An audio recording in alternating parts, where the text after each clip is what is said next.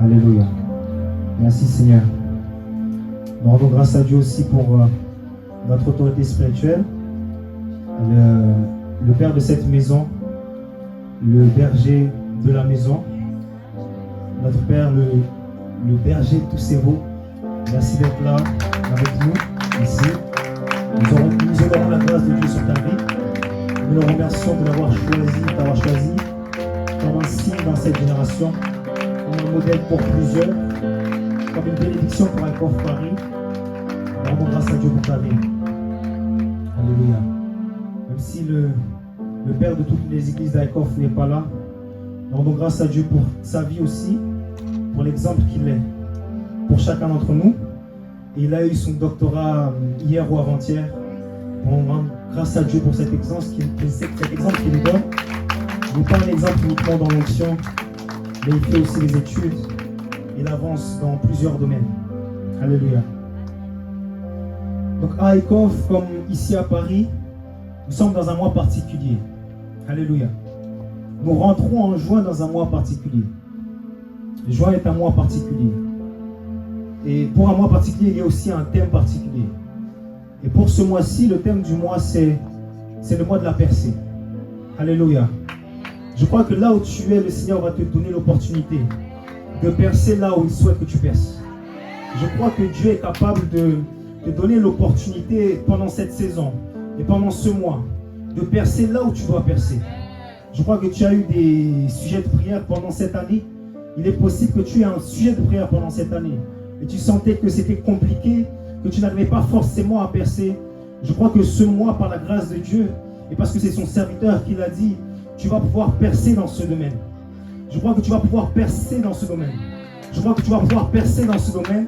Je crois que Dieu va te donner l'opportunité de percer dans ce domaine. Je crois que les églises des cieux vont s'ouvrir, que les anges dont tu avais besoin, afin d'avancer, que cette porte s'ouvre, pourront agir. Alléluia.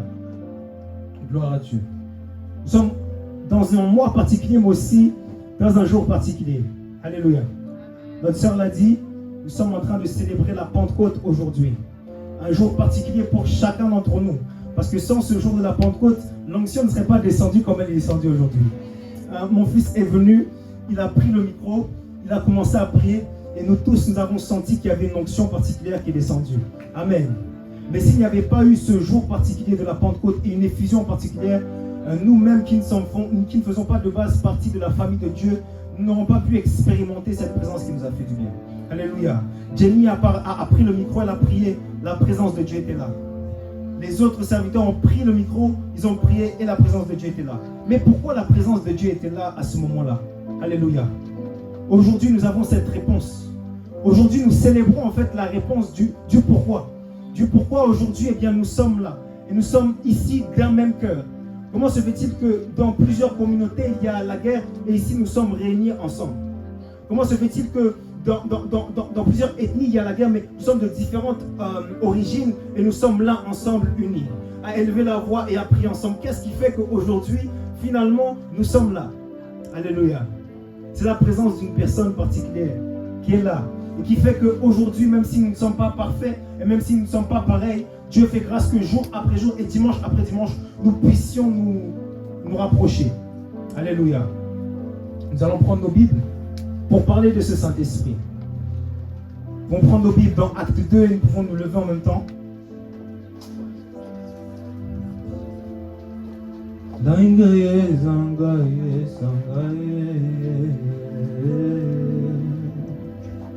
Acte 2, verset 1.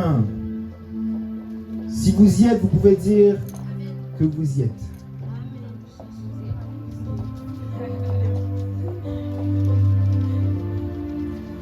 Acte 2, verset 1. Le jour de la Pentecôte, ils étaient tous ensemble dans le même lieu. Tout à coup, il vint du ciel un bruit comme celui d'un vent impétueux. Et il remplit toute la maison où ils étaient assis. Des langues semblables à des langues de feu leur apparurent séparées les unes des autres et se posèrent sur chacun d'eux.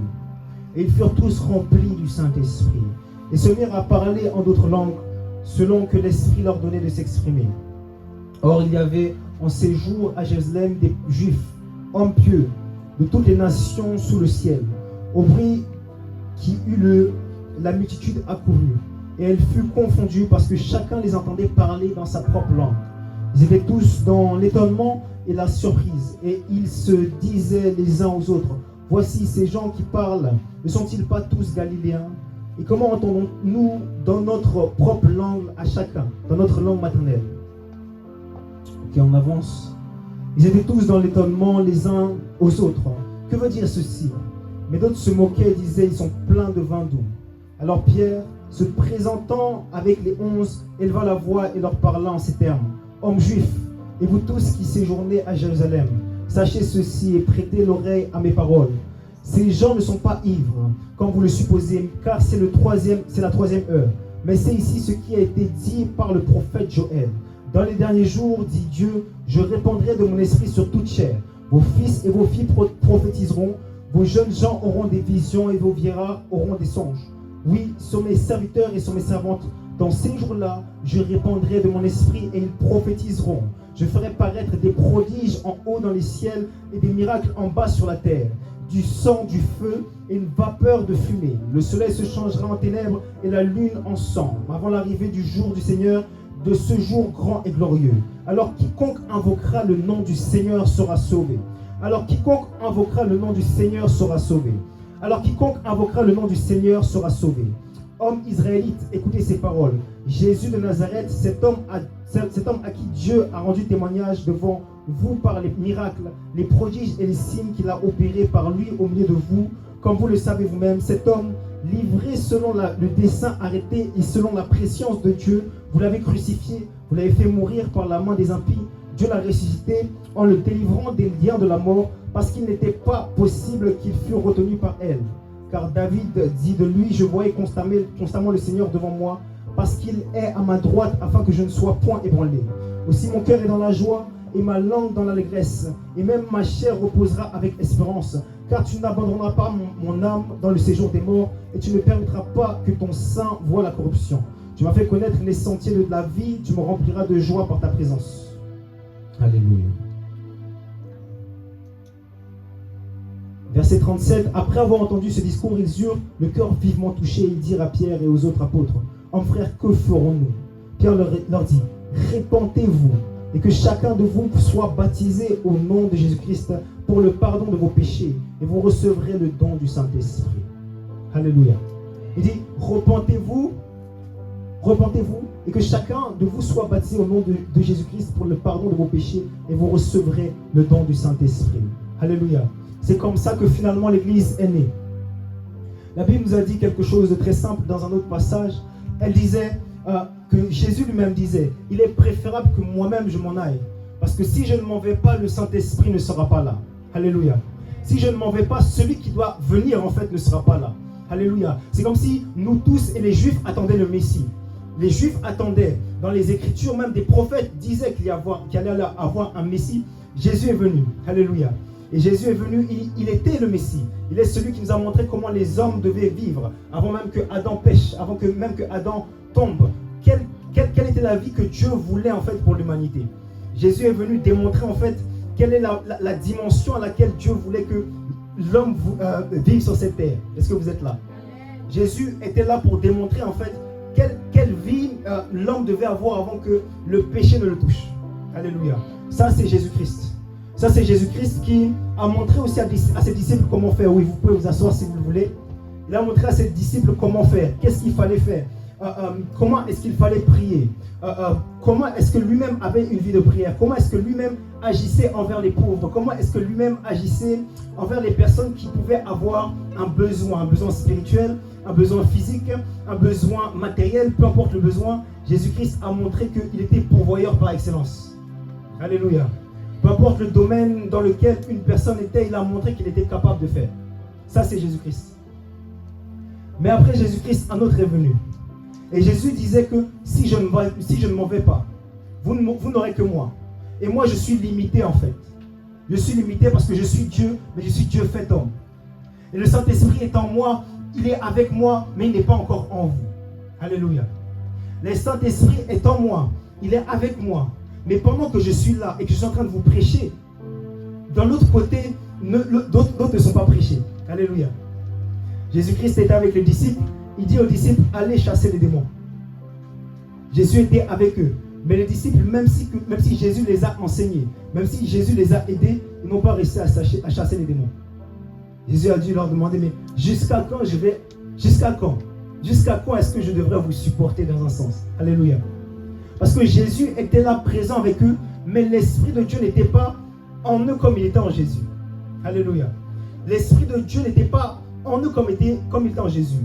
Si nous prenons cet exemple de l'apôtre Pierre, qui a parlé simplement, le vent a soufflé, tout le monde a été rempli du Saint-Esprit lui-même. Le vent a soufflé, il parle, il est poussé à parler. Il parle finalement poussé par l'Esprit. Et ses paroles finalement poussent plus de 3000 personnes à se convertir. Des paroles d'un homme rempli par l'Esprit. Alléluia. Les paroles, ce même Pierre, entre guillemets, qui avait renié ce Jésus qu'il aimait tant. Il était venu, il a dit, moi je ne te régnerai jamais. Est-ce qu'il n'avait pas les sentiments pour ne pas renier Christ? Il avait les sentiments, mais la Bible nous dit souvent, nous pouvons avoir la volonté, mais pas la capacité. Parce que la Bible nous dit que c'est ni par puissance, ni par force, mais c'est par mon Saint-Esprit. Alléluia. C'est-à-dire que Pierre avait cette volonté de ne pas renier Christ. Mais la réalité, c'est qu'il n'avait aucune capacité de ne pas renier Christ. Pourquoi? Parce qu'il avait la foi en Jésus, mais n'avait pas le baptême du Saint-Esprit. Il avait la foi en Jésus, mais n'avait pas la puissance d'opérer et de vaincre l'ennemi. Il avait la foi en Jésus, mais n'avait pas la puissance de vaincre l'esprit de peur qui était en face de lui. Alléluia. Le Saint-Esprit est venu, et parce qu'il est venu, il y a eu un changement dans la vie de ces hommes-là, premièrement. Premièrement, les apôtres. Les apôtres qui marchaient d'une manière, on va dire, ils sont tous partis. Lorsque Christ était sur la croix, ils sont tous partis. Mais finalement, après le baptême du Saint-Esprit, ils sont tous morts pour lui. Alléluia. Ils sont tous partis. Et finalement, quand il s'agissait, remplis de l'Esprit, de témoigner de Dieu, ils ont pu vaincre. Alléluia. Je vais reprendre le titre simplement du message. Est-ce que quelqu'un se rappelle du titre? Alléluia. Les combats et les prérequis avant la percée. Alléluia. Les combats et les prérequis avant la percée. Nous parlons de percée, nous sommes dans le mois de la percée. Et comme le berger aime bien le faire, on va essayer de discerner ensemble qu'est-ce que cela signifie percée. Alléluia. Parce que percée peut avoir des connotations différentes en fonction des personnes à qui nous parlons. Alléluia. Moi, dans mon travail, si on parle de percée, si on dit, on prend ce mot percée, on peut dire que ça a trait, on va dire, à la réussite. Si je perce, ça veut dire que j'ai réussi ma vie. Si je perce, ça veut dire que j'ai réussi à aller là où je devais aller. Si je perce, ça veut dire que je suis dans une joie. On peut associer cette percée à une joie particulière par rapport à un accomplissement particulier. Alléluia. Ma question aujourd'hui, c'est qu'est-ce que nous mettons derrière le mot percée? Parce qu'en fonction de ce que je vais déterminer comme percée, je vais aussi déterminer le type de combat que je vais accepter, dans lequel je vais accepter de rentrer. Alléluia. Si je vais dans mon travail et je parle de réussite, peut-être que je vais parler de réussite parce que j'ai réussi à faire un placement, à faire une personne un placement de 30 000 euros. Je vais parler avec mes directeurs, ils vont me féliciter parce que j'ai réussi à placer, donc j'ai peut-être fait une percée, une réussite, j'ai une réussite par rapport à cela. Mais la question peut-être qu'on va pas, certains managers ne vont pas se demander, c'est est-ce que c'est un bon placement? Est-ce que c'est quelque chose qui va profiter à la personne qui est en face? Est-ce que c'est quelque chose d'intègre ou pas? Alléluia. La percée, on peut la voir avec ou sans Dieu. Alléluia. La percée, on peut la voir avec ou sans Dieu. Nous allons prendre ce passage dans les Écritures où Jésus-Christ est dans le désert. Et il est tenté. Alléluia. Quand vous y êtes, vous me dites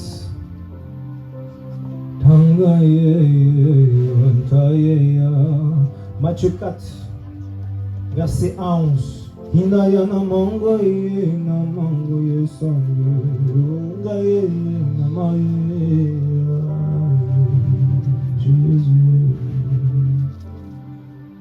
Puis Jésus fut emmené par l'Esprit dans le désert pour être tenté par le diable. Après avoir jeûné 40 jours et 40 nuits, il eut faim. Le tentateur s'approcha et lui dit, si tu es le Fils de Dieu, ordonne que ces pierres deviennent des pains. Jésus lui répondit, il est écrit, l'homme ne vivra pas de pain seulement, mais de toute parole qui sortira de la bouche de Dieu. Le diable le transporta alors dans la ville sainte, le plaça du sommet du temple, et il lui dit, si tu es le Fils de Dieu, jette-toi en bas. En effet, il est écrit, il donnera des ordres à ses anges à ton sujet, et te porteront sur les mains, de peur que ton pied ne heurte une pierre. Jésus lui dit, il est aussi écrit, tu ne provoqueras pas le Seigneur ton Dieu. Le diable le transporta encore sur une montagne très élevée, lui montra tous les royaumes du monde et leur gloire, et lui dit, je te donnerai tout cela, si tu te prosternes pour m'adorer. Jésus lui dit alors, retire-toi Satan. En effet, il est écrit, c'est le Seigneur ton Dieu que tu adores, et c'est lui seul que tu serviras. Alors le diable le laissa, et voici que des anges s'approchèrent de Jésus et le servirent. Alléluia. Nous parlons de percées. Alléluia. Et comme je disais tout à l'heure, il y a des percées qui sont avec Dieu, et il y a des percées qui sont, entre guillemets, sans Dieu. Alléluia. Je peux aujourd'hui avoir des finances, je peux aujourd'hui avoir un semblant de gloire, sans forcément que ça soit une percée pour Dieu. Sans forcément que ce soit une percée véritable. Alléluia. Une percée selon le monde, ça peut être dans l'extérieur. J'ai une femme, j'ai des enfants, j'ai même une maison et j'ai même de l'argent dans mon compte en banque. Alléluia. Je peux avoir tout cela, mais pour Dieu, finalement, c'est vain. Et je me retrouve en enfer. Est-ce que vous êtes là? Je peux avoir tous les biens de ce monde, mais si je n'ai pas Christ, à quoi finalement cela me sert? Une personne selon le monde, ça peut être s'enorgueillir de la gloire que je peux avoir.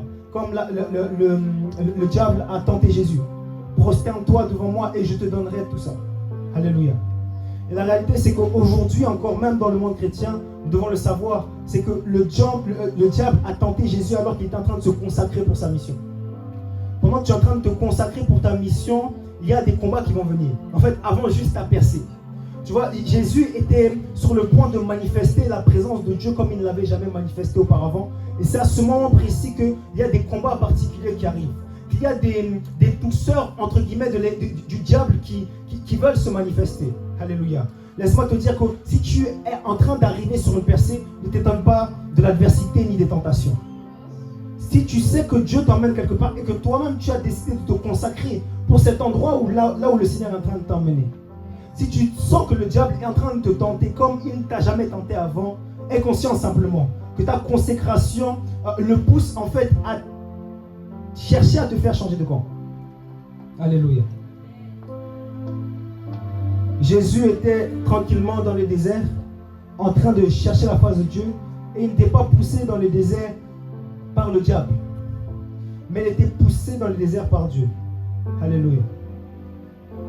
Dieu des fois, et j'ai beaucoup aimé ce passage qui nous parle dans la parole, qui parle d'une personne qui est finalement dirigée par l'Esprit. Il dit quand j'étais petit, je pouvais aller à droite, à gauche, je pouvais faire ce que je voulais. Mais en grandissant, c'est comme si j'étais menotté, j'étais gardé. Et c'est lui qui me dirige comme il veut. Alléluia.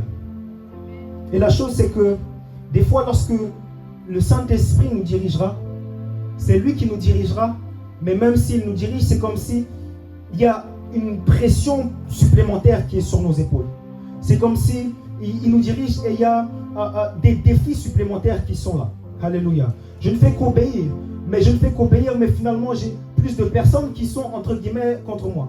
Je ne fais qu'obéir, mais c'est comme si, même dans mon travail, il y a encore davantage de complications. Je ne fais qu'obéir, mais c'est comme si mon travail que je cherche tant, je ne le trouve pas. Alléluia. Nous allons prendre ce passage. Je l'ai simplement en tête. Alléluia. Où David ne fait qu'obéir à son père, qui lui dit simplement d'aller donner de la nourriture à ses frères qui sont à la guerre. David ne fait qu'obéir. Il va donner de la nourriture à ses frères. Il y va. Et pendant qu'il y va, il voit le Dieu qu'il prie, le Dieu qu'il adore, le Dieu qu'il aime, le Dieu qui l'a sauvé de l'ours et du lion. Il voit ce Dieu être bafoué par des incirconcis, des personnes qui ne croient pas en lui. Il voit ce Dieu être traité comme un moins que rien et le peuple de Dieu être apeuré. Lui-même rempli de courage et d'audace, se dit qu'est-ce qui est en train de se passer ici. Tout le monde lui explique la situation, on lui dit qu'il y a ce géant qui est en train d'insulter le Dieu d'Israël. Alors qu'il pose la question, ses frères lui demandent qu'est-ce que tu fais ici? Est-ce que tu es en train de nous chercher des problèmes? Nous savons comment tu es. Nous savons de quel type de personne tu es. Pourquoi est-ce que tu es là? Pourquoi est-ce que tu nous embêtes? David, Dieu lui parle et lui dit, il comprend dans son cœur qu'il doit vaincre cet ennemi qui s'élève contre Dieu. Il a la conviction et il se dit, moi je me lèverai et je vaincrai. Saül se lève, il va voir Saül, il dit à Saül, je vais vaincre. Ses frères n'ont pas cru en lui. Ils disent cela à Saül. Saül lui-même dit, mais tu n'es qu'un enfant. Qu'allons-nous faire de toi? Que vas-tu faire de ça? Alléluia. Il dit non. Je ne suis pas qu'un enfant. Dieu est avec moi. Alléluia. Finalement, il va. Et avec les armes avec lesquelles il avait l'habitude de vaincre, il a vaincu. Il a vaincu Goliath. Alléluia. Dans les combats pour la percée, nous avons vu deux choses différentes. Alléluia. Premièrement, avec Jésus-Christ, nous avons vu que si tu veux tellement percer, si tu as faim et soif de percer, sois rassuré que le diable te verra. Sois rassuré que le diable va venir et va te donner ce que tu veux, mais avant ton temps. Alléluia. Donc, un des premiers prérequis pour la percée, c'est de ne pas la désirer plus que de désirer Dieu. Alléluia. Peu importe là où Dieu t'appelle, peu importe là où Dieu t'appelle, peu importe ce que Dieu a déjà dit sur ta vie, si tu vois que les choses peuvent prendre du temps, si tu vois que tu n'as pas la reconnaissance que tu peux penser devoir avoir, si tu vois que les choses ne vont pas comme tu aurais pu voir dans ton esprit, rappelle-toi que Jésus-Christ lui-même a pris le temps. Alléluia. Il allait 40 jours dans le désert et dans ce désert même il a été tenté. Tes motivations alors que tu vas vers l'élévation vont être aussi tentées. Qu'est-ce qui fait que tu veux tant cette chose-là? Alléluia. Qu'est-ce qui fait que tu veux avancer, tu veux avoir le micro pour prêcher? Alléluia. Ces choses-là sont des choses qui vont... Dieu va permettre, entre guillemets, lorsque nous avançons vers la manifestation de notre destinée, il va permettre qu'il y ait ces épreuves. Il va permettre que l'ennemi soit là, mais aussi pour sonder notre cœur et voir si ce que nous voulons, nous sommes prêts à le recevoir aussi. Alléluia.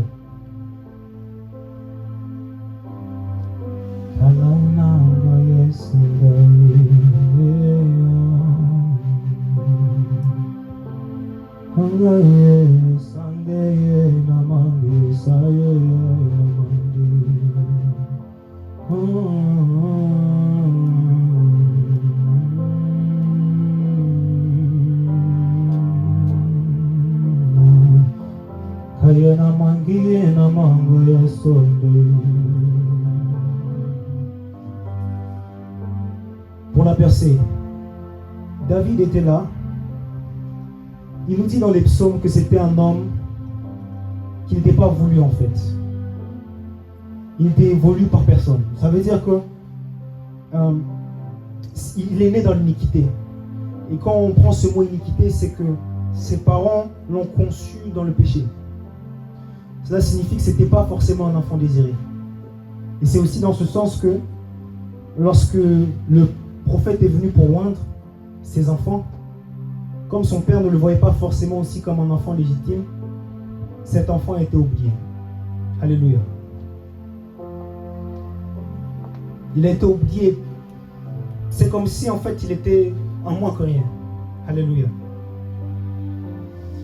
Et Dieu a fait grâce à cause de sa foi, la foi de David en son Dieu, de pouvoir vaincre et devenir le vrai roi d'Israël. Alléluia. La chose c'est que personne ne l'a accepté, mais Dieu était avec lui. Les acclamations des hommes ne veulent pas dire que Dieu est avec nous. Et le fait que les personnes soient contre toi ne veut pas dire que Dieu n'est pas avec toi. Alléluia.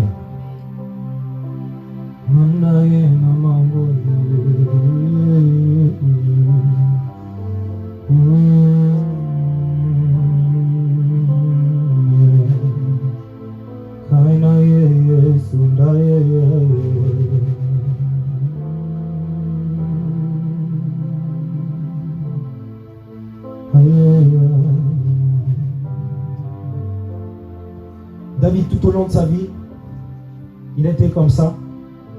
Il a été haï par sa famille, par ses frères. Mais après ça, il était haï aussi par son boss, par Saül. Saül aussi est allé contre lui. Alléluia. Une chose que nous pouvons regarder dans la vie de cet homme, qui est David, qui fait que c'était aussi véritablement un homme selon le cœur de Dieu, c'est son attitude face aux injustices qu'il pouvait subir. Amen. Un des prérequis pour pouvoir non pas être une étoile, simplement briller un temps, mais briller pendant un moment, ça va être notre caractère. Et comment nous gérons la pression et comment nous gérons aussi les injustices. La question n'est pas comment est-ce que tu agis lorsque les personnes agissent bien avec toi. Mais la question c'est plus comment est-ce que tu réagis quand ce que tu récoltes, tu ne l'as pas semé. Alléluia. David n'a pas semé la haine qu'il a reçue de ses frères. Joseph n'avait rien fait non plus pour recevoir ce qu'il a reçu de ses frères, si ce n'est dire la vision que Dieu lui avait donnée. Alléluia.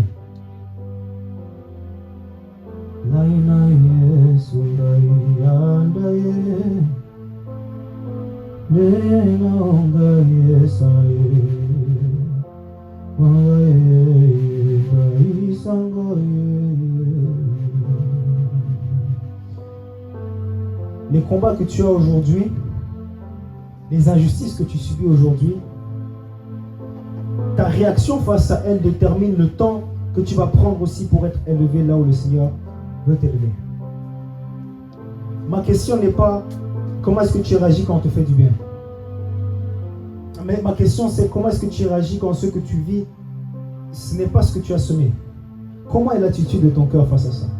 La Bible nous dit que lorsque tu es insulté parce que tu professes Jésus, mais qu'est-ce que ça veut dire aussi?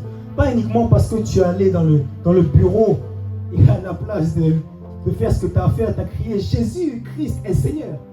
Ça, on ne parle pas de cette persécution parce que ça, ils ont une raison de virer si une personne fait ça.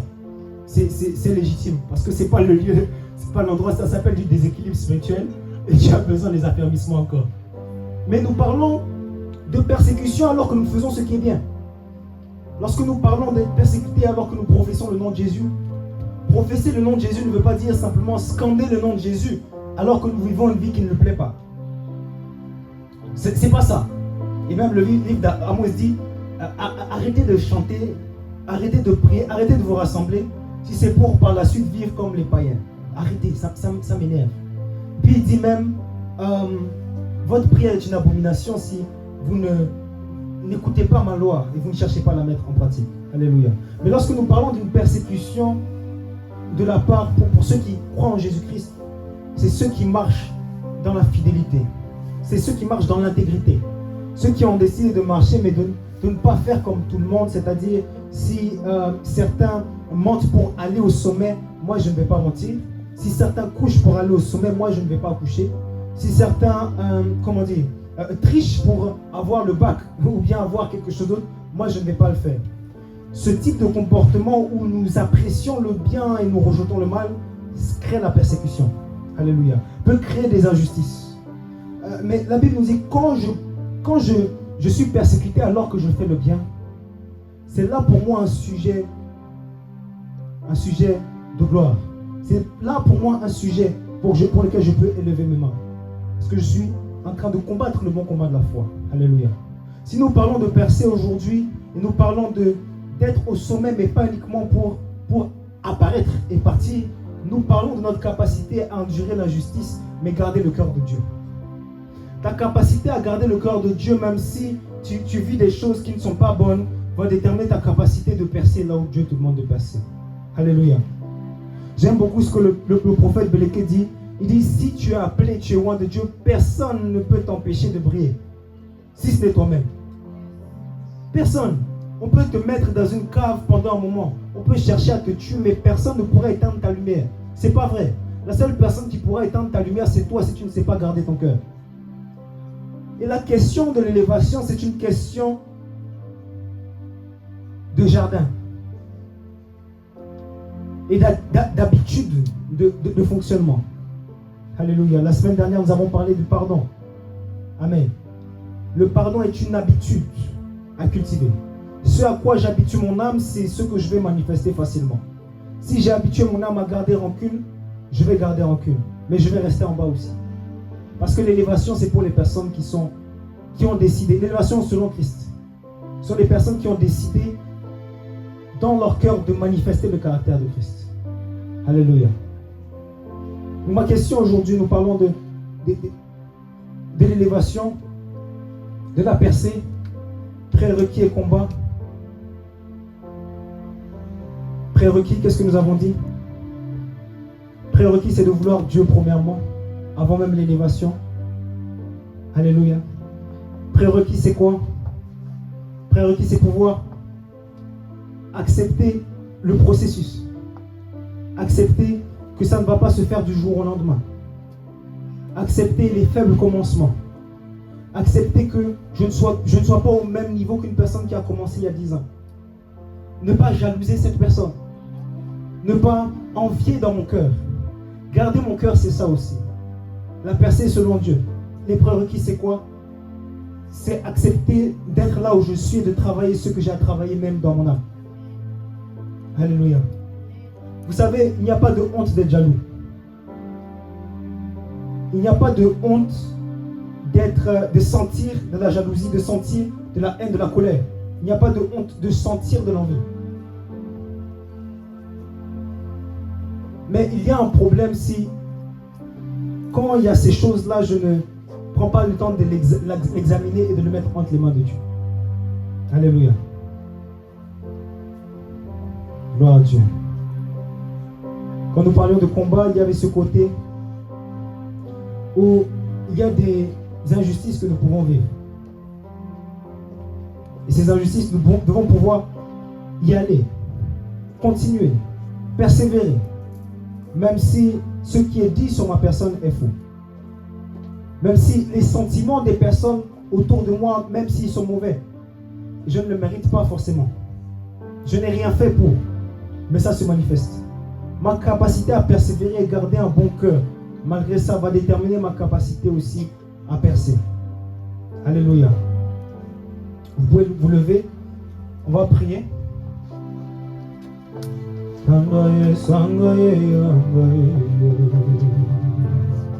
La semaine dernière, nous avons parlé du pardon. Aujourd'hui, nous parlons de la percée. Il n'y a aucune possibilité de percer si le Saint-Esprit ne nous aide pas. Alléluia.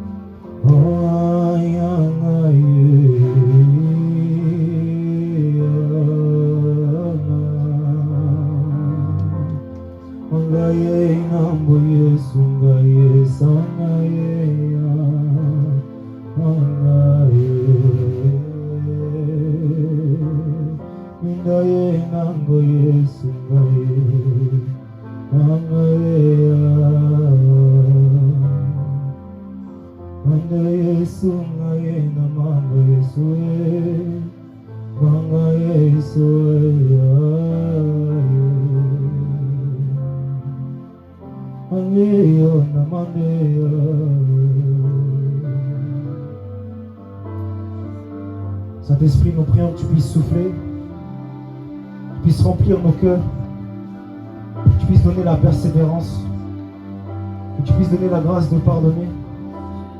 Que tu puisses donner la grâce simplement. Que nous ayons un cœur qui t'honore. Donne-nous la grâce, Seigneur, de nous repentir si nos volontés n'étaient pas les tiennes. Donne-nous la grâce, sonde nos cœurs et sonde nos reins. Sonde nos cœurs et sonde nos reins. Si nous voulions sauter, ce n'était pas le temps. Si nous voulions aller, ce n'était pas le temps. Si l'ennemi voulait nous séduire d'une manière ou d'une autre, afin de nous faire avancer avant le temps. Nous prions que tu puisses agir, Seigneur. Nous prions que tu puisses agir, Seigneur. Nous prions que tu puisses te manifester, Seigneur. Nous prions que tu puisses nous sauver, Seigneur.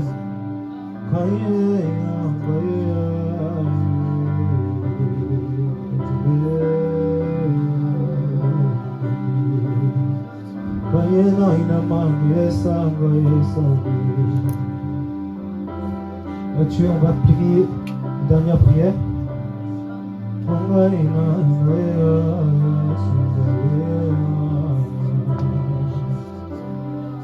Lève tes mains avec moi.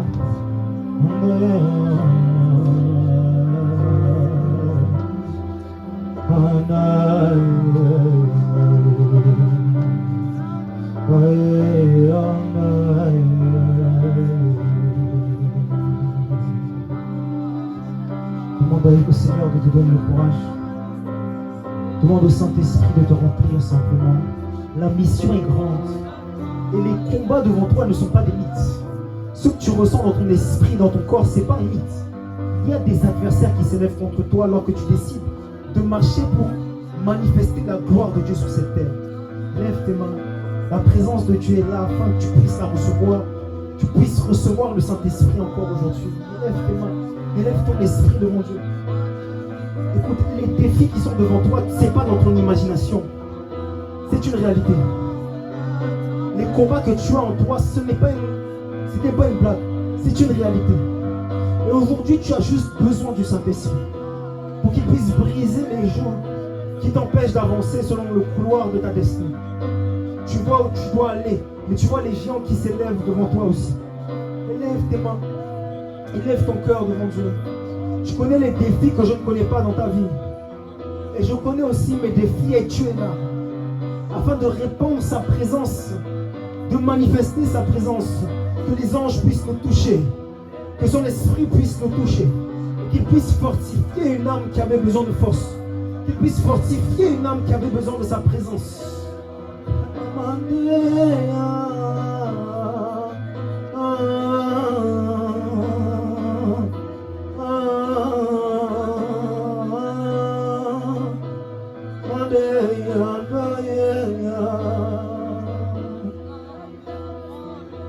Il a dit, même si je traverse la vallée de l'ombre de la mort, je suis avec toi.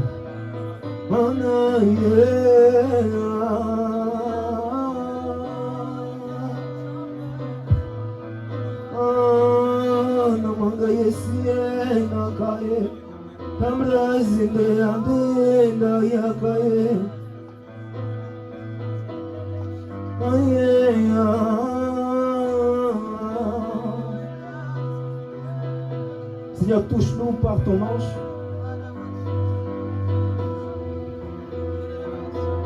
Aussi un homme, une femme ou moi-même, nous passions par la vallée de l'ombre de la mort. Que nous craignons Kama à cause de ta droite qui est là et qui nous soutient. Qu'importe l'ennemi qui veut prendre sa place dans nos vies.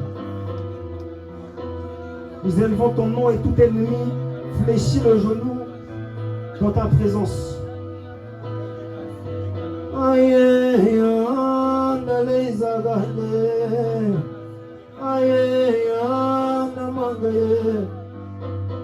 Ils fuient devant nous. Ils viennent par un seul chemin, ils partent par sept.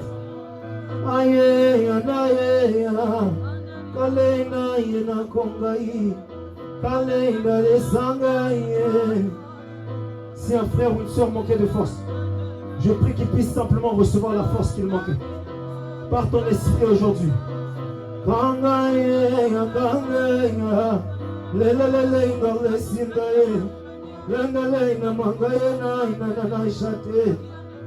Remplis par ton esprit simplement. Touche par ton esprit. Libère par ton esprit.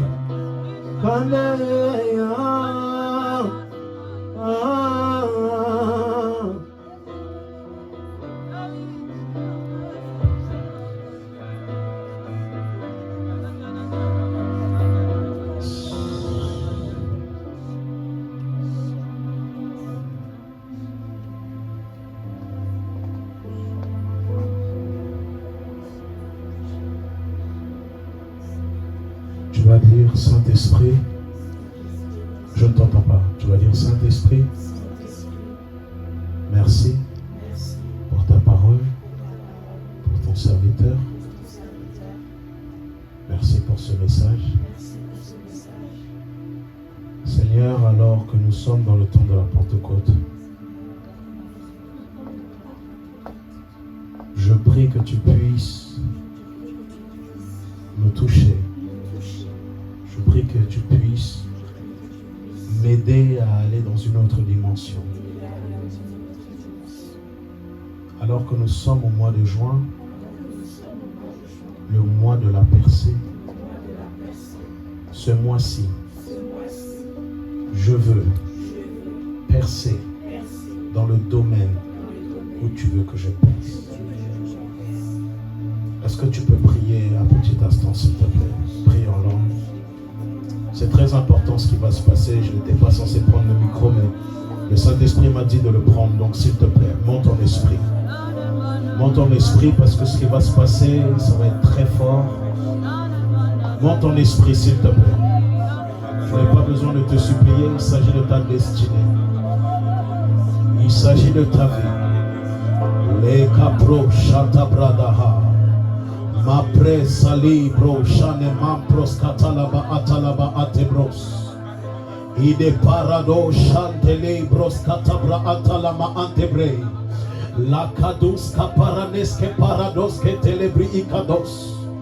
Et de parados cité de paraneclise parada antolia bakatosi.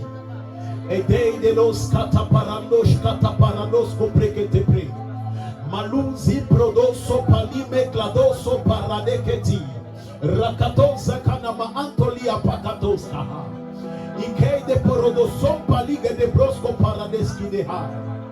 E de parado shane me cleus saclanehi. Balo sine me claos sanema o shatabla anteris. Le cladus i paradoso paradiki a paradosco paya. E de parano shite proscopa ne mi proscopa. E rantoja sous les kaous kanamaha. Je ne t'entends pas prier. C'est très important ce qui est en train de se passer. Ramenez-moi la sœur Pierre, s'il vous plaît. Ramenez-la juste là, s'il vous plaît. Et je vais faire la recommandation de ce que l'Esprit m'a dit de faire. Ramenez-la vite, s'il vous plaît. Dieu m'a dit qu'il t'emmène dans la percée ce mois-ci pour tes finances. Pour tes finances. J'apprise à part. Ramenez-moi Aurélie. Makatabra soupradeskebre. Et katuzu pradishka panama antabla. De même pour toi, pour tes finances et ta santé. La clésie, les claos, sanamabrech. Et tout lisi predo sopradi à